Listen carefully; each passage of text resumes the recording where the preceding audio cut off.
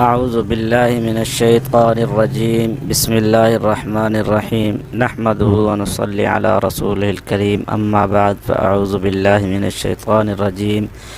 بسم اللہ الرحمن الرحیم۔ سامعین کرام، آج آپ کے سامنے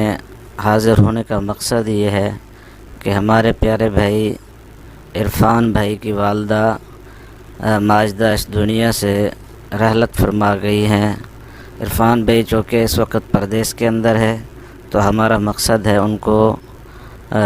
تسلی دینا اور ان کو اس وقت دکھ کی گھڑی میں ہم ان کے ساتھ ہیں۔ اور دوسری بات یہ ہے کہ جی عرفان بھائی کی والدہ ماجدہ نے جو بھی وقت گزارا دنیا کے اندر، وہ اللہ کی طرف سے ایک امانت تھی، اور جب امانت دی جاتی ہے تو کچھ عرصے کے بعد جب اس کو واپسی کا تقاضا کیا جاتا ہے تو ہمیں چاہیے کہ خوشی کے ساتھ ہم وہ امانت واپس کر دیں۔ تو چونکہ امانت دینے والا ایک وقت آتا ہے کبھی نہ کبھی وہ واپسی کا تقاضا کرتا ہے، تو ظاہر سی بات ہے جب چیز ہمارے پاس رہ جاتی ہے تو ہمیں ان کے ساتھ دلی محبت ہو جاتی ہے، انس ہو جاتا ہے، تو ضرور تکلیف ہوتی ہے۔ تو جب واپسی کا وقت آ جائے تو بخوشی ہمیں واپس امانت ادا کرنی چاہیے۔ تو ناظرین کرام، ہمارے عرفان بھائی جو کہ اس وقت باہر رہ رہے ہیں، تو ہم امید کرتے ہیں کہ اللہ پاک ان کو صبر جمیل عطا فرمائیں گے، اور اس وقت ہم ان کے لیے ایصال ثواب کے لیے دعا قرآن خوانی اور اس کے بعد تلاوت قرآن پاک اور ان کی مغفرت کے لیے ہم نے محفل منعقد کی ہے، اور سب مدرسے کے ہمارے بچوں نے الحمدللہ قرآن پاک کا ختم کیا ہے، اور ختم کرنے کے بعد ہم نے ان کے لیے اجتماعی دعا بھی کرائی ہے۔ تو اللہ تعالیٰ انشاءاللہ ہم امید کرتے ہیں کہ ہمارے عرفان بھائی کی والدہ کو جنت الفردوس کے اعلیٰ مقام میں جگہ عطا فرمائیں گے، اور ضرور انشاءاللہ جو بیماری کی حالت میں اس دنیا سے جاتے ہیں تو اللہ پاک ان کو شہادت کے رتبے پر فیض کرتے ہیں۔ شہادت کے رتبے ہوتے ہیں میدان جنگ کے اندر لڑتے ہوئے شہید ہو جانا، اور کوئی عورت بچے زچگی کے دوران جو ہے نا ڈلیوری کے دوران اگر فوت ہو جائے تو اس کا بھی ایک شہادت کا درجہ ہے۔ اگر کسی کے اوپر دیوار گر جاتی ہے وہ فوت ہو جاتا ہے، وہ بھی ایک شہادت کا درجہ ہے۔ سب سے افضل شہادت کا جو درجہ ہے میدان جہاد کے اندر ہے۔ تو ظاہر سی بات ہے جو بیماریاں آتی ہیں وہ اللہ کی طرف سے ہوتی ہیں، تو ہمیں اس پر صبر کرنا چاہیے،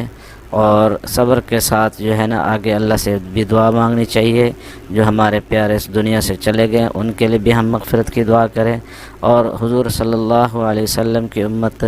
جتنی بھی آپ صلی اللہ علیہ وسلم سے لے کر اب تک جو اس دنیا سے رخصت ہوئے، ہم ان کے لیے بھی مغفرت کی دعا کرتے ہیں، اور اللہ سے ہم اپنے گناہوں کی بھی مغفرت کے لیے دعا کرتے ہیں۔ اللہ تعالیٰ سے دعا کرتے ہیں کہ اللہ جو بھی دنیا میں اس وقت بیمار ہیں، مصیبت میں ہیں، پریشانی میں ہیں، ان کی مصیبتیں دور فرما، پریشانیاں دور فرما۔ جو بیمار ہیں، جو ہسپتال کے اندر ہیں، جن کے مسائل بہت اتنے وسیع ہیں کہ ان کے پر گرفت نہیں ہے، تو یا اللہ اپنے غیب کی مدد سے ان کی تمام حاجات مشکلات دور فرما، اور جتنے بھی بے گناہ جیلوں کے اندر ہیں ان کی رہائی کے اسباب پیدا فرما۔ اور ہم یہ بھی دعا کرتے ہیں کہ یا اللہ جتنے بھی ہمارے مسلمان بہنیں ہیں جن کو قوت نہیں ہے جہیز وغیرہ کی، اور جن کے پاس مالی اختیارات نہیں ہیں، تو یا اللہ ان کی بھی غیب سے مالی معاملات جو ہے نا آسانی سے حل فرما دے۔ یا اللہ جتنے بھی مسلمان اس دنیا سے رخصت ہو گئے ہیں، یا اللہ تمام مسلمانوں کی مغفرت فرما دے، اور ہمارے جتنے بھی دوست احباب اس وقت جن کی حاجات ہیں، مسائل ہیں، مشکلات ہیں، یا اللہ اپنے فضل اور کرم سے ان کی تمام حاجات قبول منظور فرما لے، اور ان کے جائز حاجات قبول کر، اور ان کو اتنی استطاعت جرت دے، استقامت دے کہ وہ آسانی سے اپنے گھریلو معاملات چلا سکیں۔ اور یا اللہ ہم یہ بھی دعا کرتے ہیں کہ ہم گناہ گار ہیں، ہمیں نماز کی جو ہے نا طرف رجوع کر دے، اور ہمیں دل کے اندر اتنی وہ پیدا کر دے کہ جب بھی اذان کا وقت ہو اور نماز کا ٹائم ہے ہمارا دل مسجد کے ساتھ اٹکا ہوا ہو، اور ہم ایک دوسرے کے ساتھ دلی خلوص کے ساتھ محبت ہو،